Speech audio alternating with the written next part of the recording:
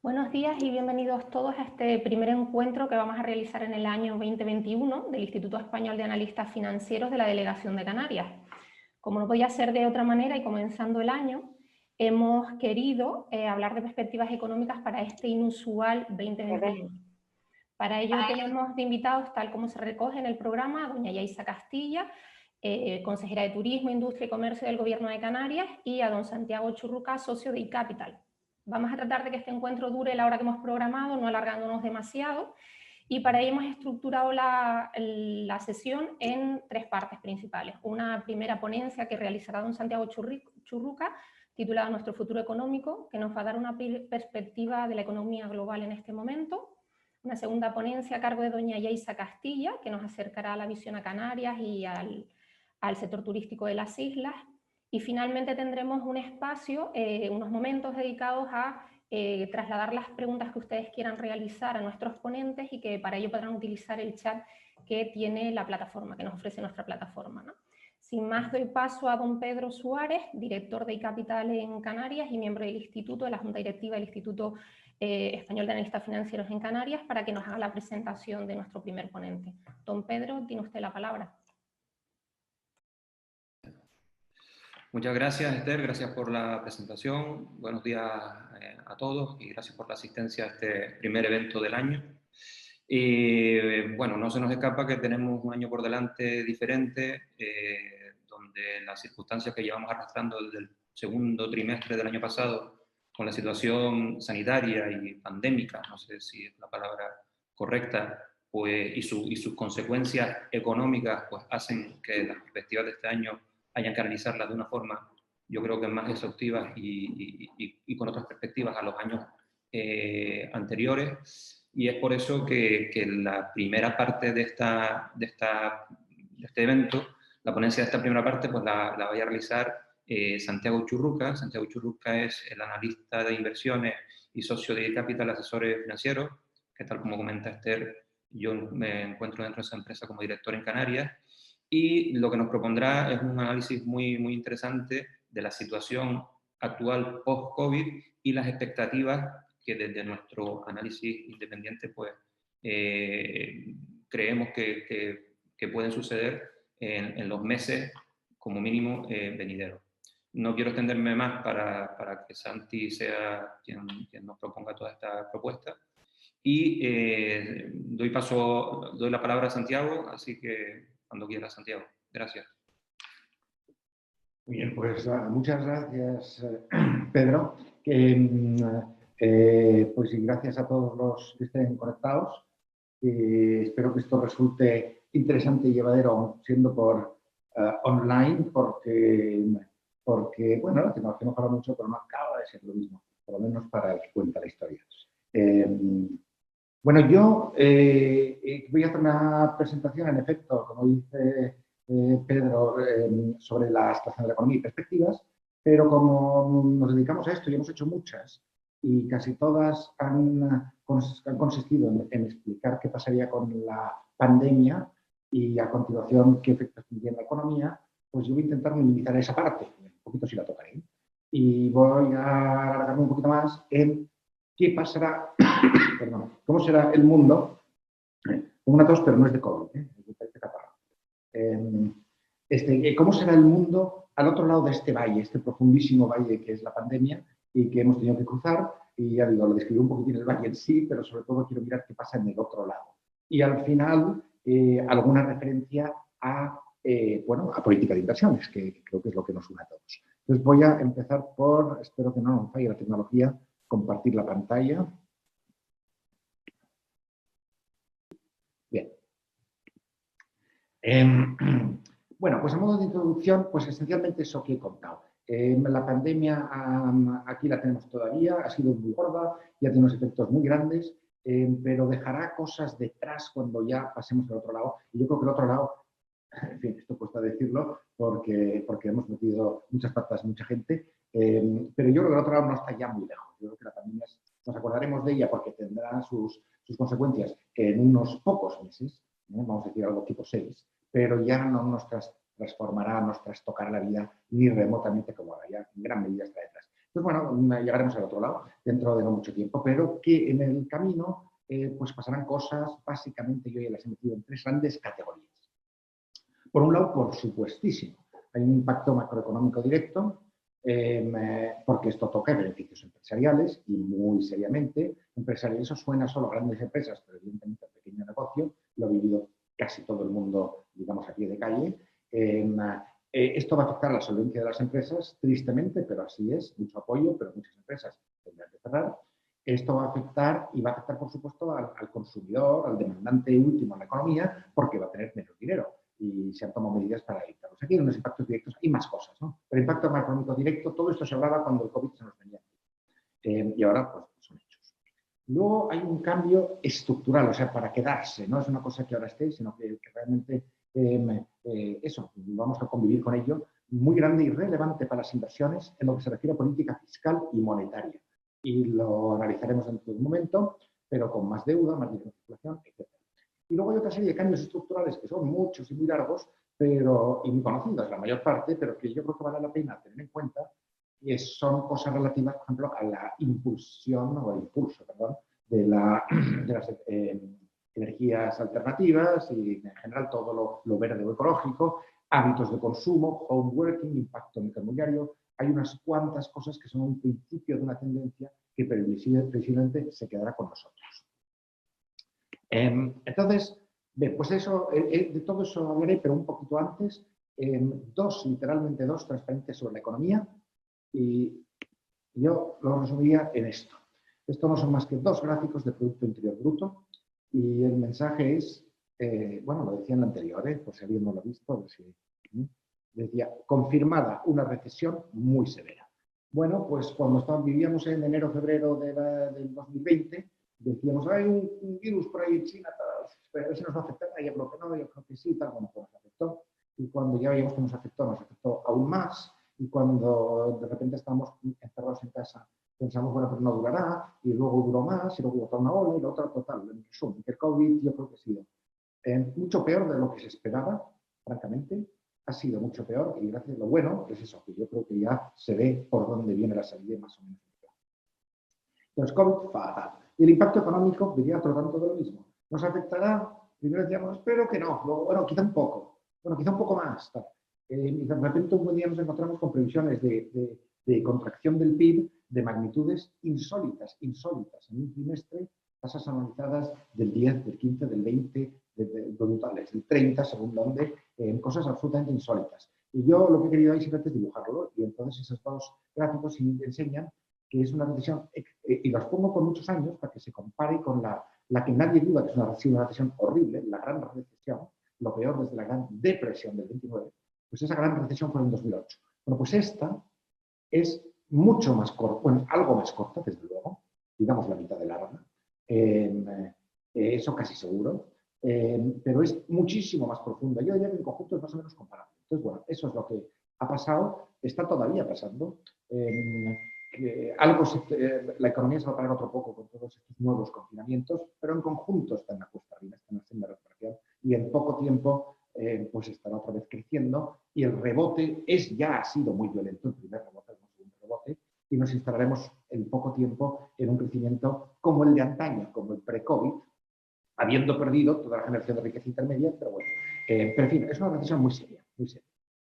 ¿Y eso qué efectos ha tenido? Pues muchísimos de toda clase, pero quizá el que más duele, porque es más cercano, es en el paro. Entonces, la tasa de paro en Estados Unidos, ahí la ven todos ustedes, es espectacular el salto, de nuevo, lo nunca visto. Es una economía increíblemente flexible, se perdieron casi 20 millones de puestos de trabajo en una semana, o algo muy de ese orden, y luego se recuperaron muchísimos, muy rápido, pero no se han recuperado todos. Hay unos cuantos por recuperar, y la parte gris de la línea son las previsiones, y la previsión ya no es tan gloriosa. Es decir, sí, hubo un rebote, una caída fuertísima del paro después del mega repunte, pero ahora ya está aquí.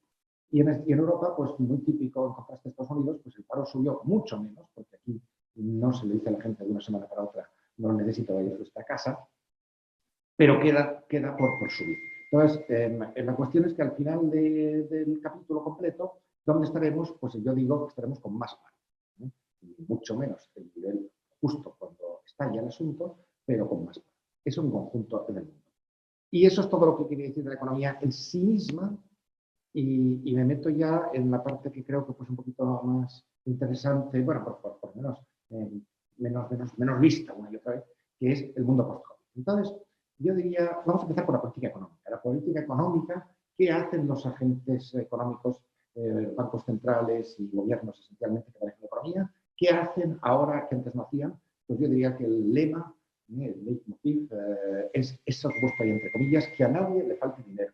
Esto es lo que nos ha guiado, pues que a nadie le falte dinero. ¿A quién le puede faltar dinero en una situación como esta? Pues evidentemente al consumidor. La gente que se queda en paro, pues no va a consumir, le puede faltar dinero a la empresa, que puede quebrar, le puede faltar dinero a los bancos para prestarlo. Hay mucha gente que puede tener problemas porque les falta dinero.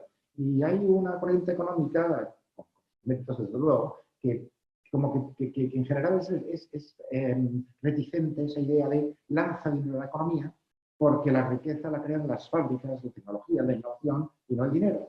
Pero esto en el estilo más puro keynesiano, el concepto es, sí, pero mañana, si no tienes dinero echarás gente. Mañana, si no tienes dinero no consumirás. Y si no consumes, pues otros echarán gente. Y mañana, si no tienes dinero, puedes irte a la quiebra. Entonces, mañana vamos a darte dinero para que esto no ocurra. Y entonces cada Estado ha inventado su manera de hacerlo, unos más eficaces y otros menos, pero esa ha sido la filosofía. Entonces, desde el lado monetario, política ultra expansiva. Lo que en tiempos del Bundesbank era pecado mortal, que es imprimir dinero y lanzarlo al sistema, ahora se hace sin rubor de ninguna clase. Lo hacen todos los bancos centrales y lo hacen de una manera impresionante.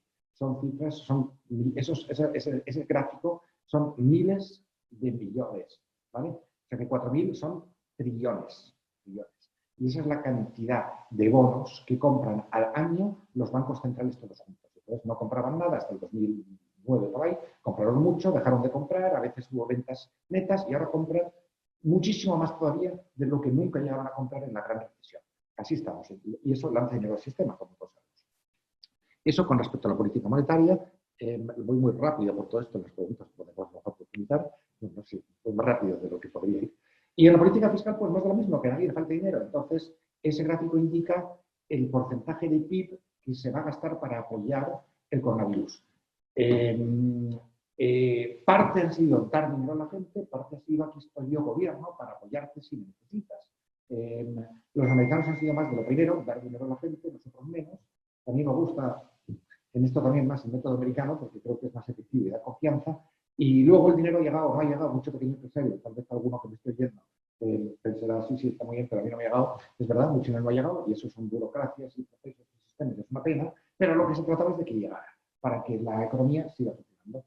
Alguna gente, los alemanes han dicho a las empresas, cuanto menos has facturado este mes que el mismo mes del año pasado, te doy la diferencia. De una u otra manera se trataba de que no falte el dinero.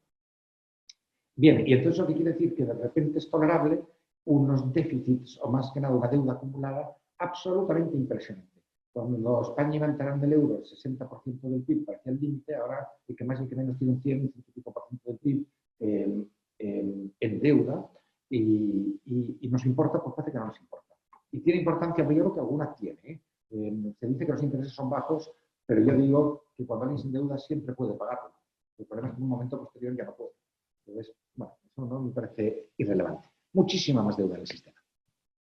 Y con todo esto, así que eso es lo que pasa en términos de política económica. ¿Y esto qué implicaciones? Pues las primeras buenísimas, yo creo que es increíblemente acertado. No hacerlo nos hubiera metido en una recesión o depresión brutal. Y entonces es increíblemente acertado. Las empresas en general, como concepto, las empresas y los consumidores han mantenido la demanda, más o menos, es decir, las subidas de precios han amortiguado la caída de la demanda, las quiebras de empresas se han mantenido a un nivel muy bajo, podrían haber caído muchísimas más, hubieran normalmente caído muchísimas más, dada la profundidad de la crisis.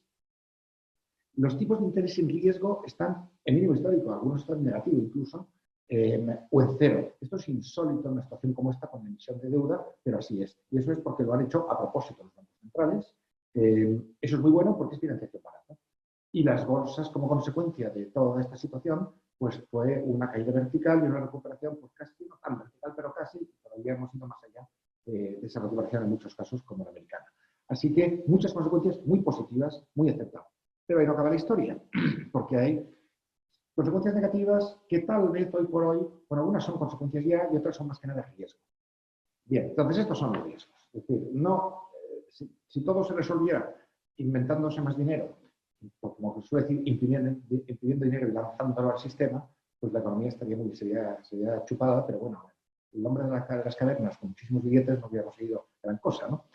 Así que ahí no acaba la historia, imprimir dinero tiene ventajas e inconvenientes. Y los inconvenientes los voy a citar de nuevo así del tirón. Bueno, uno, que a pesar de todo puede haber una contracción de la demanda agregada. Entonces, esto es una consecuencia, esto es un riesgo, es decir, sabemos que todo ese dinero nuevo se va a transformar en demanda final o no. En demanda final, sobre todo de consumidores, pues dependerá del paro, dependerá de la protección al consumo, dependerá de la confianza y de muchas cosas. Hoy por hoy mucho dinero se ha ido a activos, como ahora mencionaré. Si efectivamente todo ese dinero se lanza al consumo, o gran parte de él, oye, a lo mejor se nos va la mano, a lo mejor hemos pasado, hemos cerrado en exceso el output cap y no somos capaces de responder y surge esa famosa inflación. La inflación hubiera sido lo que nos hubiera temorizado haciendo esto hace una década, dos o tres, o mucho más en la República de Weimar, por ejemplo, pero ahora se nos ha olvidado, ya no existe porque después 2008 nunca apareció. Pero ese gráfico de ahí abajo lo que quiere indicar es que si uno mira la historia, emitir muchísimo dinero suele ser sinónimo de acabar teniendo una subida de precios importante. Matices y excepciones. Pero bueno, así que hay un riesgo de inflación. A mí me parece que desde el punto de vista de los mercados hay un riesgo de ¿y qué pasa si esa voluntad tan radical de mantener, de que el dinero fluya, de que todo el mundo tenga dinero y que las empresas no quiebren y que la gente pueda salir a gastar, ¿qué pasa si eso cambia por cualquier motivo? Por razones políticas, cambio de gobierno, por cálculos políticos, porque porque se considera que es malo mantener compañías zombies, por muchos motivos podría cambiar. Pues que uno de los sustentos principales del sistema y de los mercados, por no decir el gran sustento, pues o se iría o se menguaría. Y eso creo que como mínimo es un riesgo a tener en cuenta. Y la última cosa, que quizá ya no es un riesgo, es una realidad, es que cuando tú metes muchísimo dinero en el sistema, ese dinero, si no se consume, se ahorra. Y si no se ahorra, como todos sabemos, acaba en inversión. Y esa inversión, pues, ¿qué son? Desde luego son máquinas y fábricas, pero también son inmuebles, bonos y acciones, etcétera. Y en este caso, y en el mundo actual, muchísimo va directamente a bonos, y no son buenos bonos, principalmente porque los bancos centrales, la manera de inyectar dinero es, como todos sabemos, comprando bonos. Pues compran más. Resumiendo, que esta manera de lanzar dinero al sistema lo que provoca es una clarísima y brutal demanda de activos, no de bienes al consumo, sino de activos. Y por tanto genera inflación de activos. Y como consecuencia que tenemos tipos que si tú le prestas el dinero al gobierno alemán, el gobierno alemán te dice, si tú me prestas dinero, yo te devolveré un poco menos. ¿Eh? Eso sí no quiero. Si quiero, te da un peor. Y la gente dice, vale, me vale y lo acepta. Y así es como estamos viendo ahora, con tipos nominales negativos, en plazos, tipos reales negativos prácticamente en todas las curvas, y es bastante increíble, sobre todo con el nivel de deuda que hay, pero eso es lo que hay. Y yo creo que eso es sinónimo de una burbuja de activos, como mínimo en bonos. En bolsa, hay que analizarlo un poquito más y pues lo dejo ahí suspenso. ¿Vale? Así que eso es lo que pasa por el lado de las políticas económicas, y yo creo que ya me estoy pasando un poco de tiempo, así que iré a un poquito más rápido. Hay unos cambios también estratégicos para los gobiernos, como bien sabemos. Como hay que estimular la economía, pues las energías alternativas. Las energías alternativas son una vía políticamente muy aceptable y que se van a perseguir, y económicamente puede ser muy buena, pues siempre se ha entendido que es muy caro, es una especie de lujo. Pero hoy por hoy se puede ver que si compite con otros usos del dinero, pues claro que hará alguno mejor, pero este es un buen uso del dinero. Generará empleo, generará riqueza, multiplicará, generará valor añadido. Pues ese es un camino que se seguirá. Otro, obvio, digitalización de nuevas tecnologías. Aquí estamos reunidos online y esto va a ir clarísimamente más. Los gobiernos les importa, comprenden su importancia y se va a estimular. Y ahí doy datos de la tasa de uso de tecnologías digitales que se prevé. Se va a acelerar muchísimo. ¿Esto vamos a ir? Sí. Pero esto lo va a acelerar muchísimo, no un poco, muchísimo. Así que esa es una tendencia nueva por su intensidad.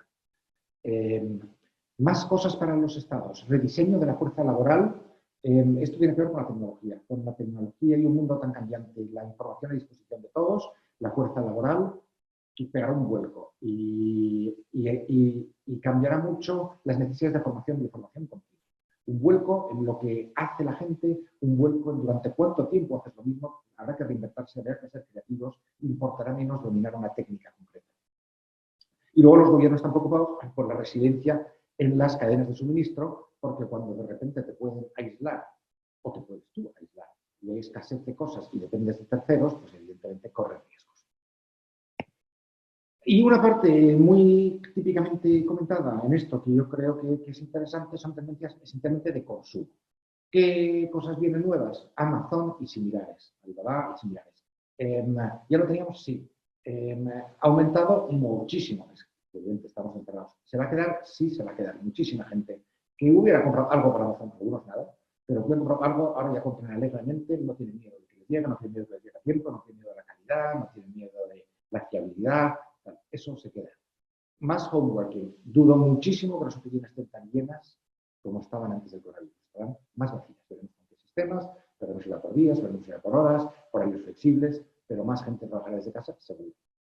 Habrá menos viajes de trabajo. Esto ya me doy cuenta en muchísimos casos. Volverá una gran parte, ahora no hay casi. Volverán muchos, pero no todos. Porque no todos, no siempre hace falta trabajar. Hace falta viajar y estar. Hostelería.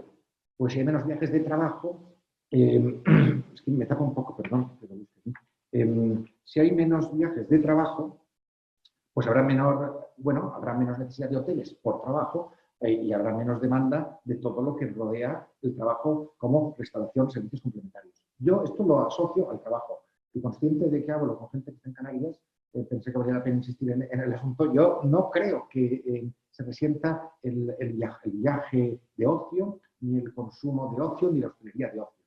No soy experto, lo veremos. Pero no, a lo mejor incluso va más de entrada y luego ya veremos. Pero mucha gente que está aquí con nosotros en el seguro. Pero por trabajo sí, por trabajo creo que se resiente, que se ha resentido y nunca volverá durante mucho tiempo se quedará en otro nivel. Y la formación online es otra de las tendencias que llegará. Todo esto, desde un punto de vista de inversores, son tendencias que se pueden explotar con cierto tipo de acciones, cierto tipo de bonos, cierto tipo de fondos y en muchas ocasiones cierto tipo de activos y líquidos tipo private equity, estructuras y cosas así.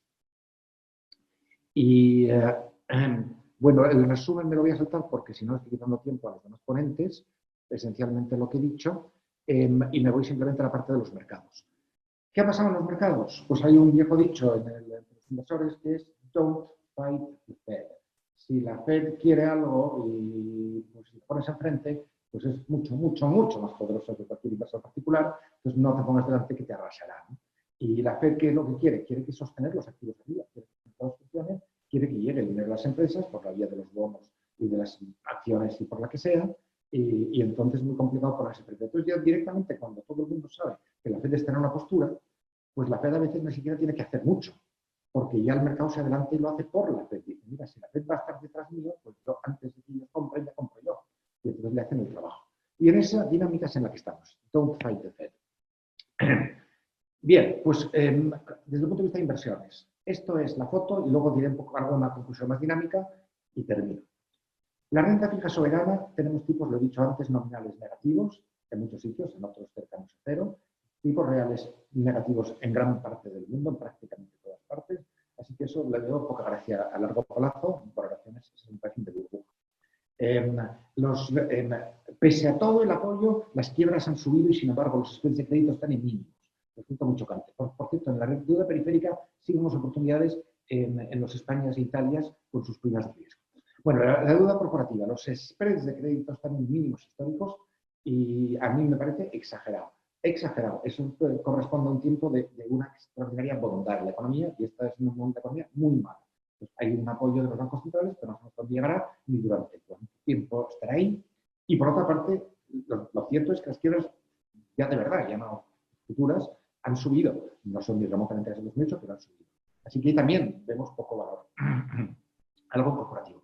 De manera que al final vemos que el único destino atractivo es la renta variable, porque la renta variable, aunque la valor es contra la renta fija y la renta fija no tenga valor, bueno, pues tenemos la prima propia de la renta variable, 3, 4, 5%, depende de la opinión de las valoraciones, pero por ahí habrá que buscar algo y eso es lo que está haciendo el mercado. Y dentro de la renta variable, pues lo clásico, preferimos lo virtual sobre lo físico, esos son los cambios que he comentado, preferimos o nos gustan cosas vinculadas con sanidad. Hay un segmento interesante que viene sanidad y lo digital.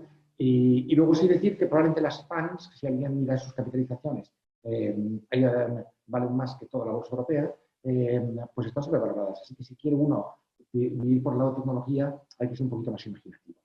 Y bueno, nos gusta el oro porque cuando los tipos están al cero no hay lucro cesante y es un activo refugio y con tantos riesgos conviene tener activos refugios. Esta sí es la última.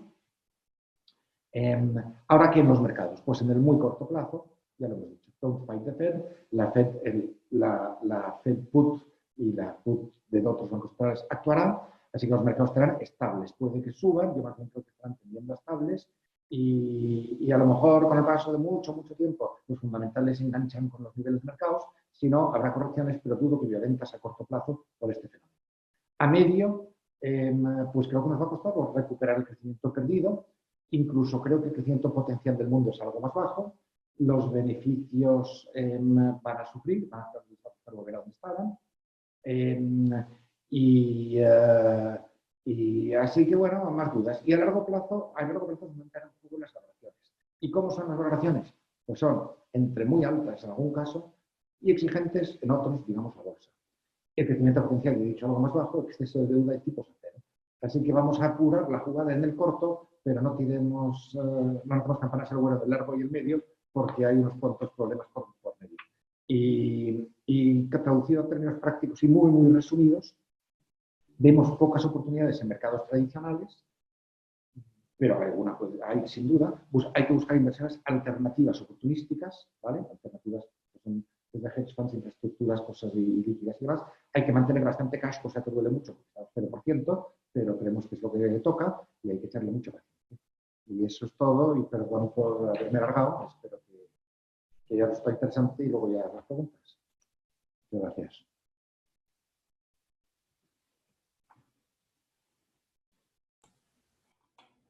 Santiago, muchas gracias por tu intervención. Yo creo que has pasado por muchísimas partes de toda la economía de una forma muy rápida, pero creo que nos has contado bastantes cosas. Quiero sacar la parte más positiva de lo que nos has contado, saquémosla, ¿no? Que esto sea corto, dure poco, aunque haya sido muy profundo y que podamos salir de ello.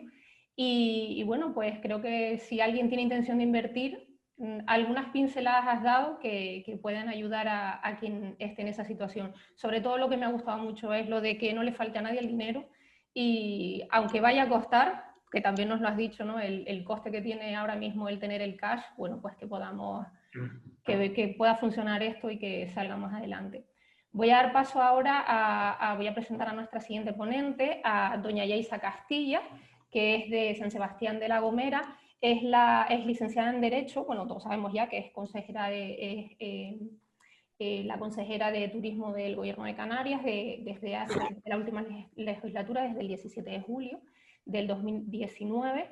Y bueno, pues ella es licenciada en Derecho por la Universidad de La Laguna, realizó un doctorado en Programa de Recursos Naturales y Ordenación del Territorio y Suelo, tiene un máster en Derecho Urbanístico también de la Universidad de La Laguna y lleva siendo 3 años y medio senadora elegida por la isla de La Gomera en representación de la agrupación socialista Gomera. Asimismo, es portavoz del Grupo Mixto en la Comisión de Igualdad, Sanidad, Servicios y en alguna otra comisión. Doña Yeisa, le doy paso para que usted pueda hacer su intervención y nos cuente en qué situación nos encontramos ahora y qué futuro tenemos en Canarias con el turismo, que es lo que nos da de comer a todos. Bienvenida y muchas gracias. Muchas gracias a ustedes. Quiero en primer lugar agradecer la invitación a este foro, al Instituto Español de Analistas Financieros. Como representante política, para mí es todo un honor porque pues bueno, es un nutrido elenco de profesores universitarios, analistas financieros y económicos, y es muy importante también escuchar a todos los intervinientes en este foro para también situarnos mejor desde el ámbito de la administración pública. Quiero que me permitan la licencia de hablar especialmente del sector turístico en Canarias, porque es en lo que realmente ahora estamos enfocados, y también por el efecto tractor que tiene en relación al resto de sectores económicos que, como ustedes bien indican y saben, tenemos otro sector económico productivo en Canarias para poder arrancar con la crisis sanitaria que también es económica. La verdad que en estos momentos yo creo que a ninguno de nosotros se nos escapa que estamos viviendo los peores momentos de la pandemia, que ha afectado ya a más de 90 millones de personas en el mundo, teniendo más de 2 millones de muertes. Y esto, pues bueno, hay que ponerlo en un contexto mundial, y en Canarias lo que sí es cierto es que no hemos dejado de trabajar desde que se declaró la pandemia para intentar, en la medida de lo posible, pues atravesar esta situación y estar preparados en el momento que se reactive, porque nuestro principal motor económico tiene que estar preparado para ello. A esto hay que también poner en contexto que la mayor parte de nuestros mercados emisores pues se encuentran con unos volúmenes de pandemia que ustedes conocen, con unas restricciones también importantes, y por tanto incluso también tenemos prohibiciones de no viajar de salidas, ¿no?, de los distintos países, que hay que tener en cuenta en cuanto a la evolución de la economía en Canarias y también de lo que vamos a realizar. Se estima que estas restricciones de viajes pues vayan a extender hasta verano prácticamente, y más o menos, si todo va bien en cuanto a la vacunación y no hay ningún hándicap, estaríamos ya en torno a un 60 o un 70%, que es lo que se cifran los expertos, que podemos alcanzar esa inmunidad de rebaño, y que podría pues hacernos también más competitivos en cuanto a destino turístico se refiere. También hemos notado con nuestras conversaciones con los distintos operadores turísticos internacionales cómo, en particular, las líneas aéreas y los turoperadores, ya saben que tanto los residentes como los turistas en Canarias solo pueden entrar por avión, pues han descendido drásticamente sus programaciones como consecuencia de estos anuncios por parte de los distintos países, y han dado por perdida la temporada de invierno e incluso la primavera, y igual han hecho los propios hoteleros y todo el sector receptivo de las islas en las últimas entrevistas, a pesar de todos los esfuerzos que hemos realizado desde Canarias para garantizar un turismo seguro, pero la pandemia es global, es mundial, su evolución escapa de nuestro control, y por tanto hacia ello también estamos sometidos, ¿no?, por muy preparados que estemos aquí. También no podemos olvidar que nosotros hacemos un importante esfuerzo, o por lo menos lo estamos haciendo, y también toda la sociedad canaria, en contener nuestros niveles de pandemia. Se han conseguido resultados, pero como han visto y como puedan comprobar, estamos adoptando prácticamente cada semana medidas lo más flexibles posibles, pero también incluso a veces anticipándonos para que no vayan a más estas cifras de contagios, primero para garantizar la salud a todas las personas que viven en el archipiélago, pero también para todas aquellas personas que nos visitan. Y en este punto también hay que tener en cuenta la incidencia del coronavirus en, por ejemplo, un país emisor como Reino Unido, que en 19 de enero alcanzaba una incidencia acumulada a 14 días pues de 1.035 casos por cada 100.000 habitantes, y sin embargo en Canarias en ese mismo periodo teníamos 180,09. La diferencia es abismal, pero es que Reino Unido es nuestro principal mercado emisor, por tanto también hay que ponerlo en su debido contexto. Y en este contexto actual también nos encontramos a una situación muy cercana al cero turístico. Ahora mismo estamos con una ocupación cercana al 10%, y bueno, los escenarios que se prevén, desde luego que no se espera una mejoría hasta bien entrado el verano. Así, los empresarios canarios recientemente reconocían ante los medios de comunicación que no anticipan una recuperación significativa del sector hasta estos meses estivales, y prevén que no se tome cierta recuperación hasta nuestra temporada alta, que comienza en octubre de 2020-2021.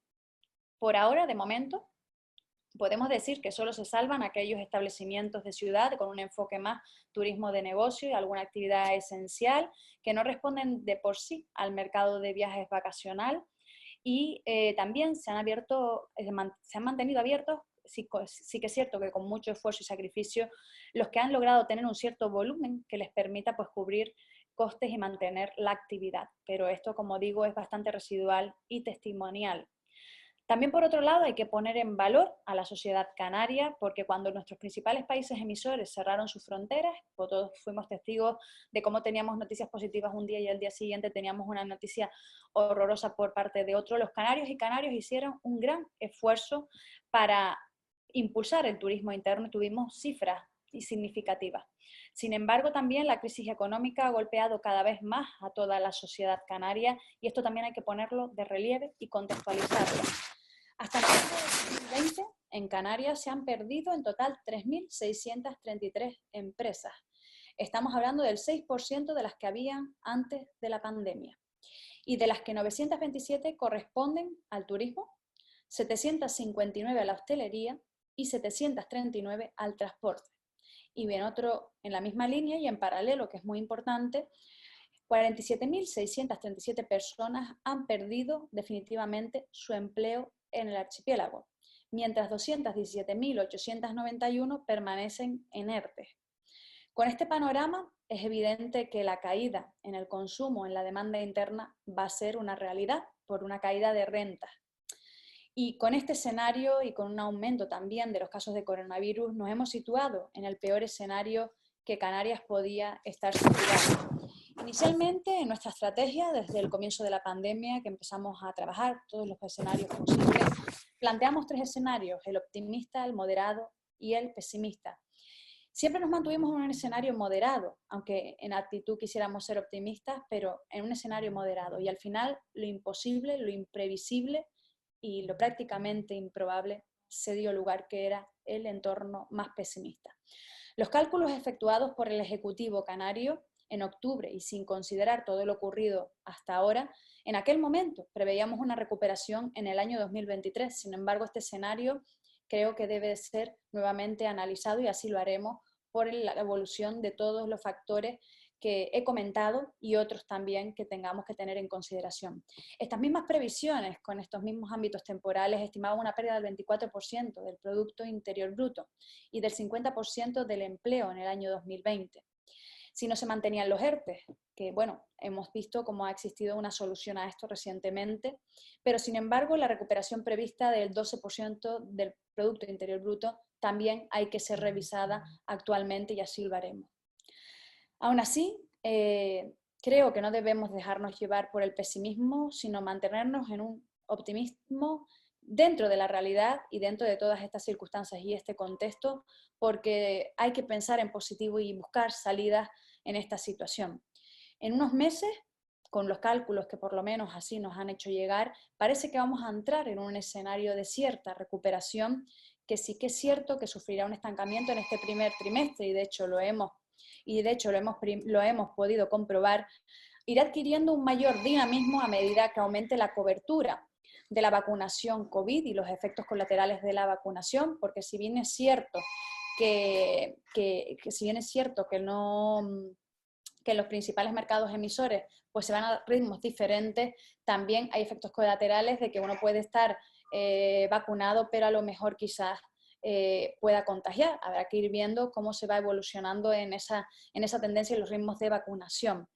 En este hipotético escenario de recuperación, que esperemos que se cumpla, pero siempre hay que tenerlo con pinzas después de todo lo que hemos vivido en este año, nosotros manejamos que en 2021 habrá más turistas que en el año 2020, pero no alcanzaremos las cifras del 2019 o de los últimos años, que fueron muy buenos.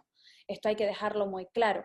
La llegada de estos visitantes, desde luego, sí que van a sentar las bases para una recuperación más sólida en el año 2022, pero, como digo, hay que volver a revisar los datos, porque esa recuperación inicial que manejábamos para el año 2023 hay que revisarla ahora mismo. En este sentido, no podemos olvidar que el ritmo de recuperación se ganará o perderá intensidad según se desarrolle el proceso de vacunación y, como dije, los efectos del mismo. Será esencial para la recuperación de la confianza en los viajes y con los turistas potenciales. En este sentido, según un estudio llevado a cabo por la European Travel Commission, tenemos algunos datos interesantes. El 46% de los europeos planea volver a viajar desde que sean vacunados. Esto es un dato muy significativo, ese deseo latente nosotros lo teníamos. Es verdad que nuestros principales mercados emisores están en Europa, pero queríamos saber exactamente cuánto en porcentaje podría ser, y es muy interesante lo que refleja este estudio. Nosotros desde luego que estamos preparándonos desde que el momento que arrancó la pandemia para volver a recibirles con las máximas garantías y con el objetivo de seguir siendo destino líder en Europa, sobre todo en la temporada de invierno. Este intenso trabajo lo comenzamos, como dije, ya en marzo, cuando se declaró la pandemia, para reforzar la seguridad del destino con el proyecto Canarias Fortaleza. Fue un proyecto creado desde este periodo temporal para garantizar las máximas garantías, valga la redundancia, en el destino, minimizando los riesgos de contagio, analizando toda la cadena de valor turística, cómo debíamos de modificar pues toda la estructura en el archipiélago en ese sentido para minimizar el riesgo del contagio y poder pues intentar esas aperturas que Canarias ha intentado en 3 ocasiones y también hemos tenido desgraciadamente 3 cierres, pero con todo este proyecto que también suponía la interacción continua con los operadores no solo regionales, nacionales, sino también internacionales, Canarias ha logrado una gran reputación y respetabilidad en el entorno internacional y esperemos que si bien ahora esto no tiene un reflejo en número de turistas, sí podamos recoger los frutos cuando pues, las circunstancias exógenas que he comentado previamente nos lo permitan y puedan nuestros principales mercados emisores abrirse y nosotros también poder ver esos frutos de seguridad sanitaria y con esos números de recuperación. El mismo estudio que antes le comenté de la European Travel Commission señala que el 67% de los turistas europeos se sienten seguros y relajados con mayores restricciones en el sentido de protocolos estrictos en los destinos a los que acuden a los viajes. En su contrario, el 22% dicen que esto les resulta muy desagradable, pero lo cierto es que ante estas cifras está claro que debemos de ser muy estrictos y establecer protocolos porque así está demostrado en la experiencia de satisfacción de nuestros clientes y por supuesto que seguiremos trabajando porque esta es la línea del Canarias Fortaleza y se ha visto pues corroborada por todos los clientes y también por los propios canarios y canarias, también los que trabajan en el sector turístico que se encuentran más seguros cuando tienen medidas de protección de ellos mismos y también porque nos lo dicen nuestros principales operadores turísticos de que los clientes incluso se sienten más seguros viniendo a Canarias que en sus propios países por la evolución de la pandemia. Esto desde luego que es todo un reconocimiento al esfuerzo que se ha realizado por todo el sector público y privado de Canarias y también por todos los canarios y canarias y me gustaría aprovechar este foro para reconocerlo y agradecerlo. Pero también somos conscientes de que a corto y a medio plazo debemos de contar con todas estas medidas de protección, ya estamos preparados, estamos cada vez, siempre son protocolos abiertos, mejorando a medida que la ciencia avanza y nos vamos encontrando con distintas experiencias, los protocolos también más completos y también es importante tener un sistema sanitario potente y fiable, que nosotros desde luego, por lo menos en Canarias, sí que lo hemos demostrado. Y no solo público, sino también privado, que es muy importante en el ámbito del sector turístico y en Canarias representa también un volumen muy considerable en cuanto a negocio y en cuanto a empleabilidad.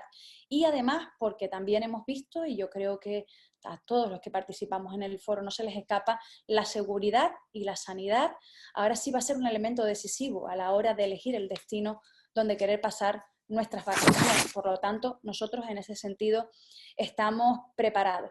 Pero lo cierto es que de nada vale ser el destino más seguro del mundo si cuando lleguemos a la reapertura no hay tejido empresarial que pueda hacer frente o dar servicio a nuestros potenciales turistas. Y de ahí que la situación actual, por lo menos la que ocupa y que preocupa en Canarias, hace que se exija una respuesta rápida y directa por parte de todas las administraciones públicas, con el objetivo de evitar la destrucción al máximo de las empresas, en este caso de Canarias, y también del empleo. De la misma forma que se está actuando también por la Unión Europea y de forma mucho más limitada en algunas comunidades autónomas. Aquí, por ejemplo, en Canarias nos enfrentamos a una destrucción del 35% del tejido empresarial canario. Y por tanto nosotros consideramos, por lo menos desde la Consejería de Turismo, Industria y Comercio, que exige la situación medidas de apoyo que permitan mantenimiento de las empresas en tanto no se mejore el contexto tanto sanitario como económico.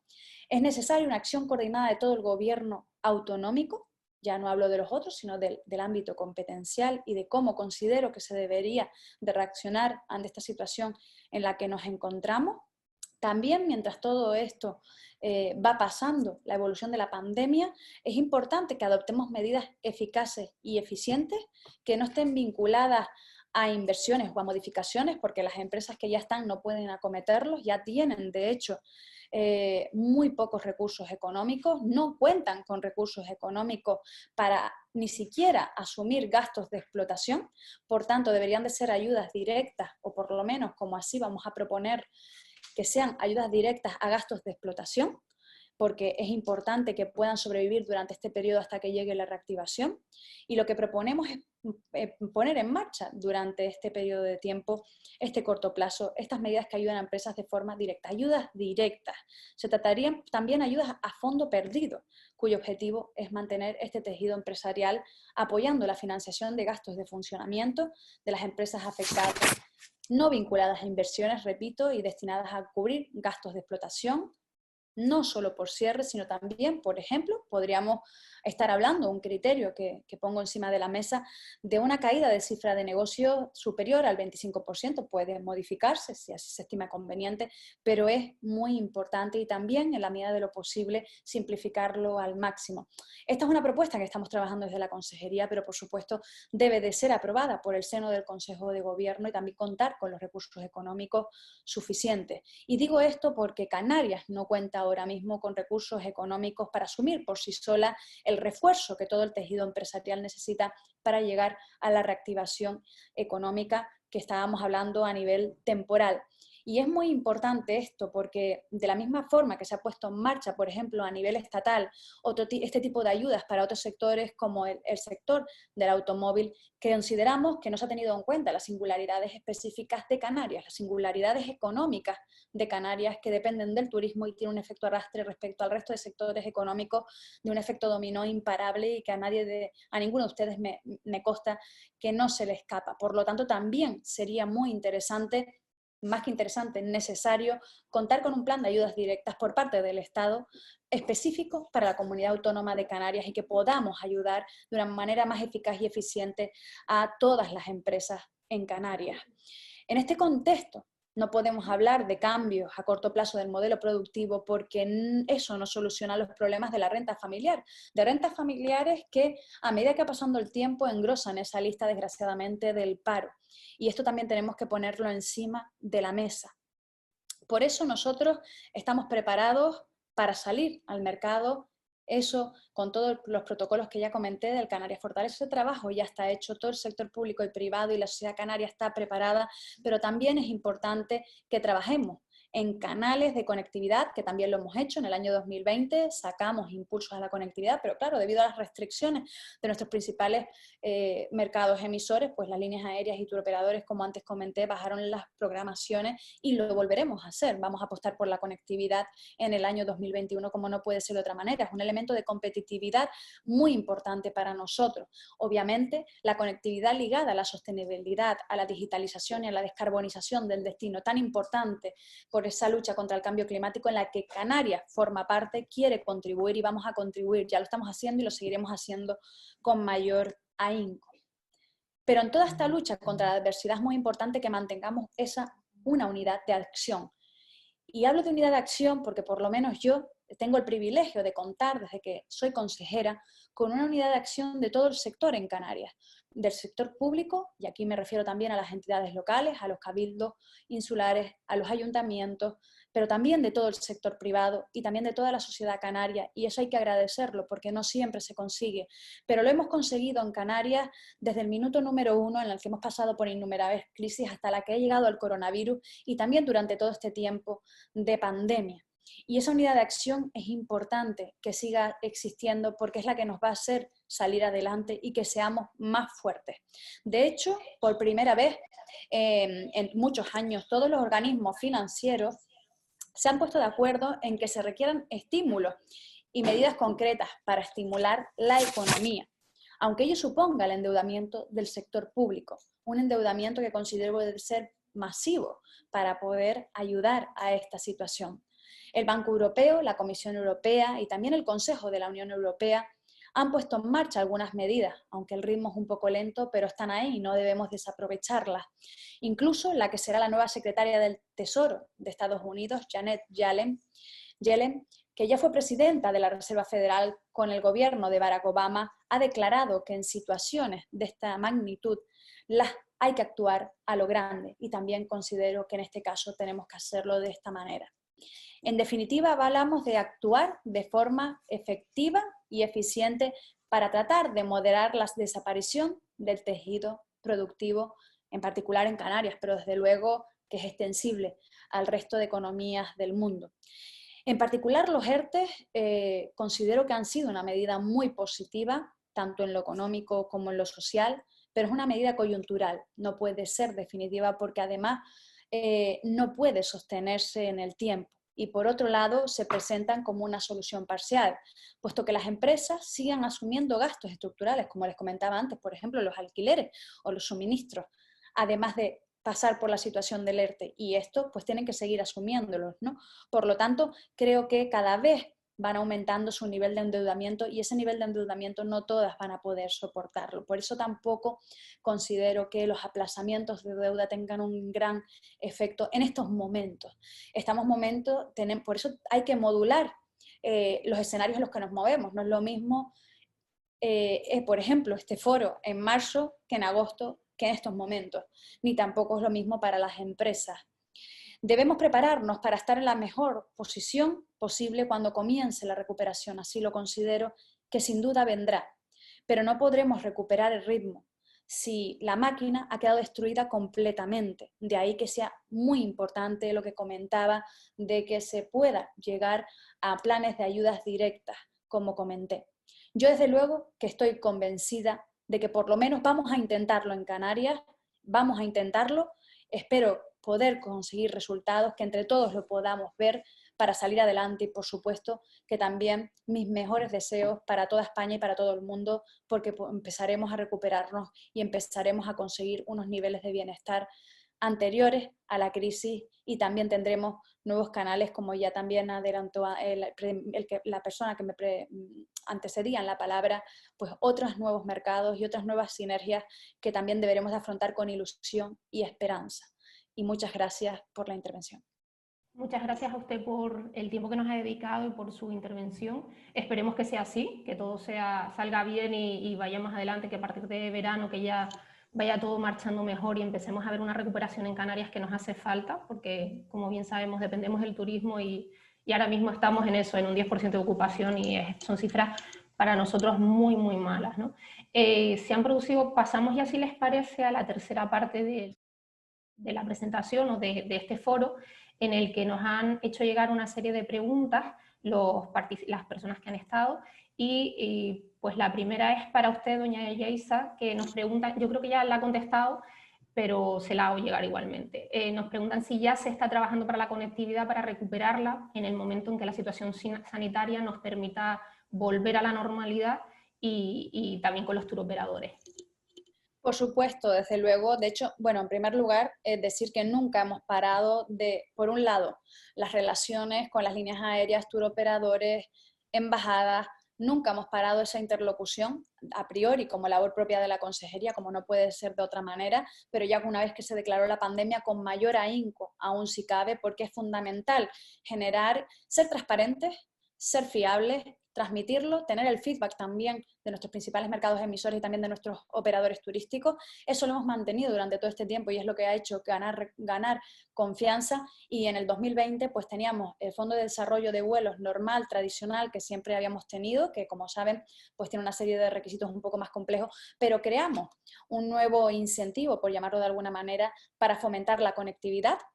En el 2020 lo ciframos en torno a 900.000 euros porque fue a últimos meses del año y no teníamos ya más recursos económicos en la consejería para poder apostar, pero sí que lo que hicimos es que es un fondo ampliable, por lo tanto en el 2021 lo dotaremos de más recursos para poder hacer frente y estar preparados para cuando llegue esa apertura poder poner toda la carne en el asador y ser verdaderamente competitivos. Esto ya lo saben los turoperadores, las líneas aéreas, todos tienen conocimiento y por supuesto que apostaremos porque sabemos que es nuestra columna vertebral, también sabemos que es nuestro talón de Aquiles y tenemos que garantizar esa conectividad y es una partida que no puede faltar en el presupuesto de una consejería de turismo de un destino como es Canarias.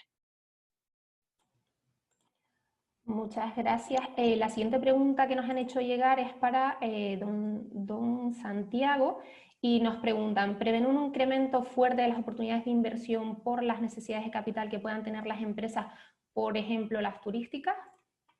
Yo lo que, no sé desde qué punto de vista enfocar eso, pero tal vez decir que yo creo que va a haber muchas empresas y por tanto mucho capital que está detrás de las empresas que va a tener que reorientarse estratégicamente. por decirlo así, ¿no? Con lo cual pienso que sí habrá mucha gente, no sé si es lo que se refería aquí a la pregunta, mucha gente dispuesta a comprar, dispuesta a ampliar, dispuesta a diversificar, dispuesta a integrarse verticalmente, dispuesta a vender. Creo que habrá mucho movimiento en el proceso de que la gente se ajuste a un entorno que muchas cosas será bastante diferente. Entonces, eso es una cosa muy genérica y creo que en el sector turismo pues probablemente es un poco más de verdad que en la media de la economía. O sea, va a haber movimiento de oportunidades. Muchas gracias. Siguiente pregunta es para doña Yaisa. ¿Alguna mención al problema de la inmigración en Canarias y su gestión por parte del gobierno? Sí, desde luego que la inmigración es un tema que nos preocupa y nos ocupa el gobierno y, bueno, esta consejera en particular por la afección que tiene al sector turístico.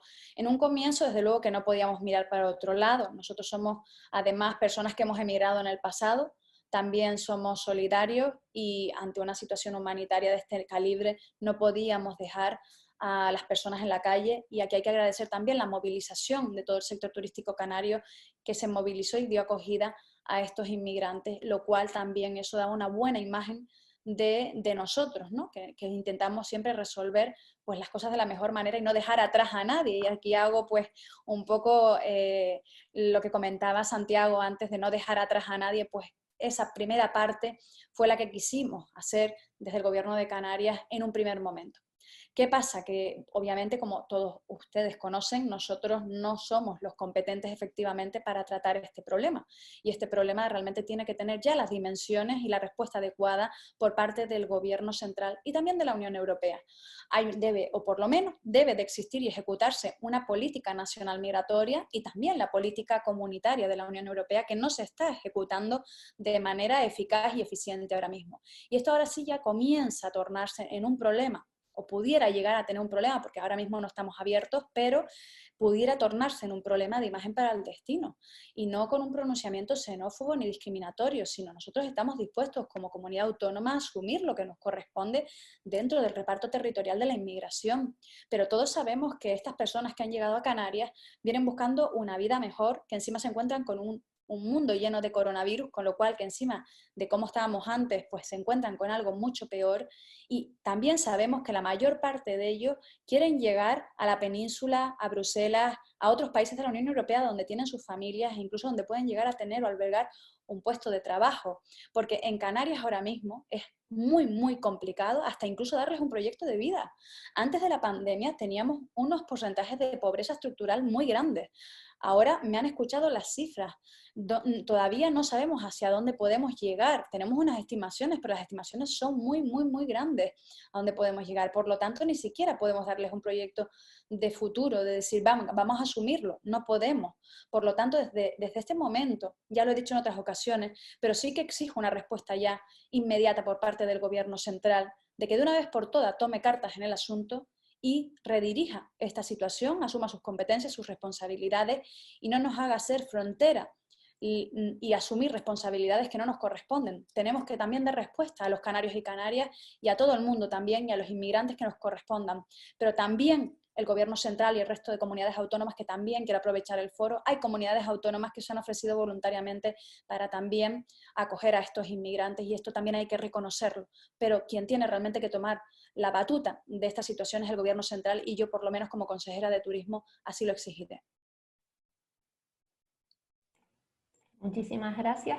Bueno, se nos va el tiempo. Habíamos dicho de mantener la hora que habíamos establecido. Llevamos 5 minutos más. Si les parece, se nos quedan algunas preguntas que no vamos a poder responder por falta de tiempo. No dejan de ser preguntas interesantes, pero al final no nos da tiempo a atenderlas todas. Agradecerles a todos su participación, a los ponentes por su tiempo, su especial dedicación para haber podido atender darnos un poco de luz sobre lo que nos vamos a encontrar este año y en la situación en la que estamos, a todos los que han hecho posible el que pudiésemos realizar este foro y bueno, pues emplazarles a las siguientes sesiones que intentaremos organizar en el mes de febrero y adelante, pues para que podamos participar todos y bueno, pues ver en qué situación estamos, cómo seguimos y qué nos encontramos, porque este año es un año muy especial, muy cambiante y vamos a tener muchas cosas por delante para para ver y hablar. Como decía usted, no es lo mismo hablar de esto ahora que dentro de 3 meses o dentro de 6 que estaremos en situación, esperemos que mucho mejor que en la actual. Muchas gracias a todos, buen fin de semana y gracias por haber participado. Un saludo.